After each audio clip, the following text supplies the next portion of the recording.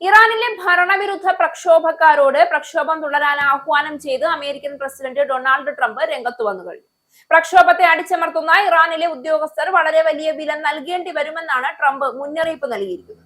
പ്രക്ഷോഭത്തിൽ എത്ര പേർ മരിച്ചു എന്നതിന് കൃത്യമായ കണക്കില്ല എന്നും ട്രംപ് കൂട്ടിച്ചേർത്തു. ഇറാൻ വിജയിക്കണമെന്നും തനിക്ക് വിജയിക്കുന്നതാണ് ഇഷ്ടമെന്നും ട്രംപ് വ്യക്തമാക്കി. വെനസ്വേലൻ പ്രസിഡന്റ് നിക്കോളാസ് മഡൂറോയെ പിടികൂടിയതിനും 2020 ഇറാനിലെ ജനറൽ ഖസീം സൊലൈമാനിയെ കൊലപാതകത്തിനും തുല്യമായ വിജയമാണ് താൻ ആഗ്രഹിക്കുന്നതെന്നും ട്രംപ് കൂട്ടിച്ചേർത്തു.